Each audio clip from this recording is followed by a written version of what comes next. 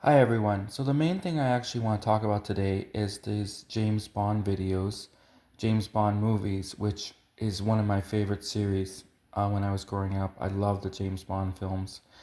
But before I get into James Bond and the future of James Bond and my ideas as a fan for James Bond, I wanted to talk something about something else first, and that's this. So before we get into the main thing about the James Bond, we got some real life spies here. So, of course, James Bond is a fictional character. He's a British spy, and he's some of the most best selling movies in the world. One of the most popular franchises is the James Bond movies about the British spy. And, Daniel Craig. Anyways, and we have now some actually real spies from Russia. So there was a big sting operation in 2010 approximately. In 2010, I think it was about 30 Russian illegals, Russian spies were caught in the United States with a spy ring doing espionage.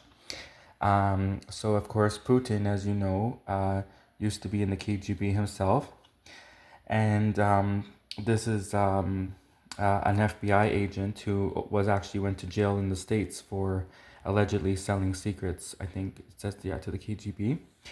Um, this is Anna Chapman. Her real name, her Anna Chapman is her American name, but her real name is Anna Kushenko. And so she was one of the Russian spies that was caught in the United States. Of course, you can see she's very beautiful, and actually, more importantly, she's a very nice person. And her motivations for spying were very noble, patriotic. She truly cared about her country, which is Mother Russia, and she's a very nice person. Of course, also very beautiful. Her downfall that they said in the a documentary I watched about the spy operation, it was on Netflix. It was something, yeah. So there's a Netflix documentary about spies. It's really good. I can't remember the name of it, but they said that Anna Chapman's downfall was that when she was using the computer technology, I guess she wasn't the best computer programmer in Russia, and she made some errors with the computer, and that's how the FBI caught on to her. So unfortunately, you can't be perfect in everything. Just like me. I mean, I'm not. Don't ask me to throw a football. That's all I'll say. So, not everyone's good at everything. So, I guess they said in the Netflix documentary on Netflix that about spies that her downfall, the reason they caught her was because when she was using the computer, she made mistakes, I guess, on the computer, and they were managed to trace her. They traced her computer.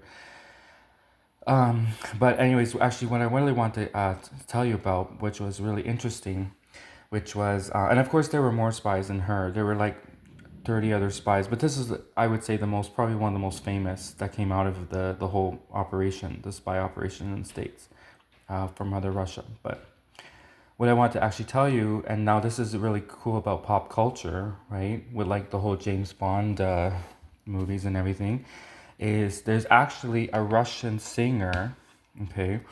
And the Russian singer's name is Nayusha, and she's a very good singer, and a very good dancer, and a very good performer in general. She's a very good performer, and this Russian singer, when the Russian spies like Anna Chapman were caught in the United States in 2010, this Russian singer made a music video to support her fellow Russian comrades because, of course, these Russians were in prison, in American prison, and I'm sure you know American prison is not fun, and so her Russian comrades were detained and stripped and humiliated and put in American prison, probably in hot prison cells with terrible food. And so, of course, these beautiful Russian people were put in American prison, right? For several months, maybe even years. And of course, so this Russian singer, her name's Nayusha, I think I said on Wikipedia, she's the top selling singer in Russia. And so I'll just play some, I won't play the sound because I don't want to get, I'm not sure if I'm allowed to play like sound. Like, I think that sound has, anyways. I won't play sound because I want to talk anyways too. So I'll just play a little bit. So 2012, right? So she's a music pop star. This is a music video, and so she's talking in Russian about the spy ring where her Russian comrades were caught in the States and how they were put in prison. And obviously, Nayusha is, showing that being in prison is not fun, obviously. But she made a whole dance music video out of it, so I guess it's kind of bittersweet in that sense because it is a great music video. I strongly suggest you watch it. It's on YouTube. It's on YouTube. Go to YouTube search and search Nayusha. So Nayusha is Nyusha, and all her music videos will come up. And then just click on the one where you see her in the orange jumpsuit, dancing in the orange jumpsuit. You'll see it, and just click on that one and watch it. It's a really good music video, as you can see. So she's kind of like, sort of, and at one point she kind of, right, I can't remember if she gives the FBI the finger in the music video, but she obviously doesn't like the FBI because they arrested her Russian comrades, right? So now, I mean, I don't know if Nayusha is in the KGB herself or if she's just a Russian pop star who made a music video to support the Russian KGB officers that were arrested. Obviously, just because she made a music video about it doesn't necessarily mean she's in the KGB herself, but looking at her in this music video, I probably would, if I had to bet, if I was a betting man, I'd probably bet that she might actually also be in the KGB. But anyways, she's a really good dancer. She's beautiful. And she's also actually a really nice woman. She gives a lot of even English interviews, and she sings in English too. So my idea, this is funny, but was it would be really funny if I'll just pause it right here. It would be really funny if she was like a guest on Saturday Night Live, because, and this is my kind of thing here, is like I'm tried to be a comedian at one point. I tried many careers. I tried being a comedian. I tried going into politics. I tried, the Zelensky, the president of Ukraine. He actually started off as a comedian and then he went into politics, right? So I wanted to be on Saturday Night Live, was one of my aspirations. Actually, to be honest, I wanted to be on Mad TV, but then Mad TV was canceled. And of course, Saturday Night Live was still on. I never really liked Saturday Night Live. I didn't really think Saturday Night Live was that funny. They had some good sketches, but in my opinion, it was not that funny. And a lot of the stuff I could tell was stolen from other real comedians. So basically, of course, Saturday Night Live never paid me any attention as a comedian. And so I was thinking, why not send them a potential Russian KGB music singer to be a guest on Saturday Night Live? That'd be funny, right? So, I mean, I think Nayusha would make a great musical guest on Saturday Night Live. She could host Saturday Night Live. They could make fun of the fact that no one will ever know if she's in the KGB or not. But I would say probably yes. I don't know though. She's, of course, she could be. And so that was my idea, that she could be a musical guest on an episode of Saturday Night Live. And it could be good for Mother Russia because they could tell their side of the story, because I know on a lot of Canadian news and American news, we never get to hear Russia's side of the story. We just hear the West side of the story. We hear, oh, those evil Russians, those terrorists, those Russian this and that. And if you look at like 80% of Hollywood movies, right? The villains are usually either the Russians, the Chinese, like in almost every Hollywood movie, the villains like usually are the Russians, the Chinese, right? It's funny because there's an episode of Friends, right, where Joey goes into the laundromat and he's getting his clothes done, and the laundromat, the guy in the laundromat is Russian. He's a Russian owner. He owns the laundromat, and I guess Joey is in this new sitcom, American sitcom, that makes the Russians look bad. Of course, the Russians look like terrorists in Joey's new sitcom. And so the cleaner, the cleaner in the Friends episode of Friends, he says, "Oh, I don't like your new TV show. It makes Russians look like terrorists," right? And then Joey said, "Well, did you ever see Air Force One? That movie made the Russians look like terrorists too, but that was a great movie." And so, anyways, yeah. So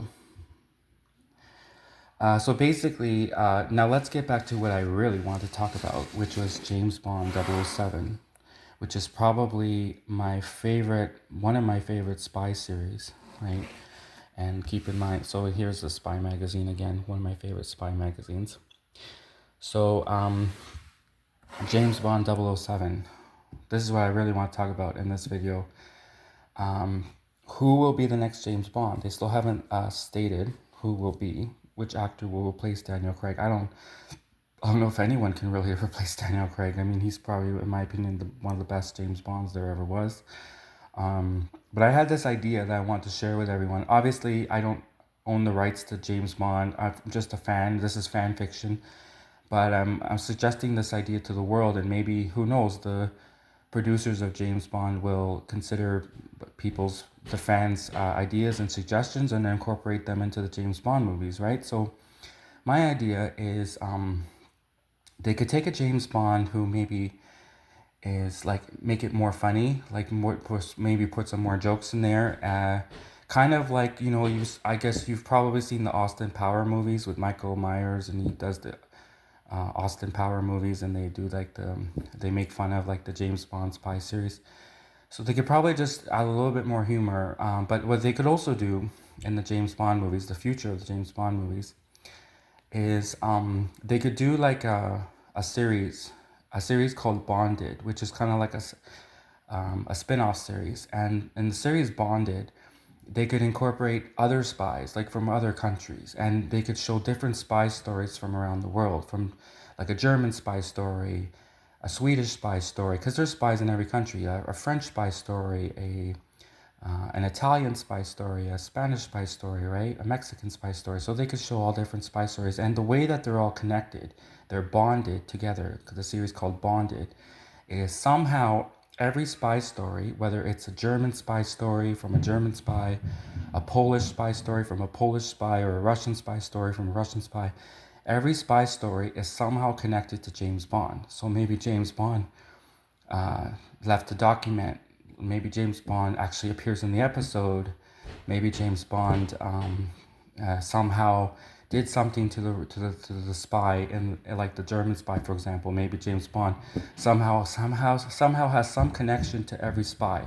So the series could be called Bonded, and it could be a series about spies from all different walks of life all around the world. For example, like a Native spy, a Native American spy. They could have all different kinds of spies, and somehow in every episode, because it's called Bonded, the series called Bonded, they're all bonded together. They're somehow all connected to James Bond.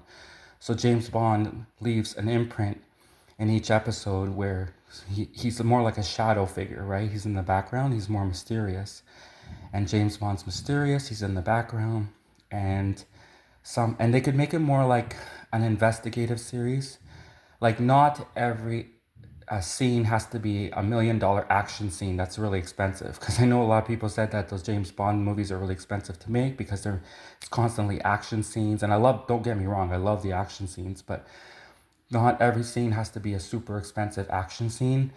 Like, they could make the Bonded series more investigative, more like a detective kind of series.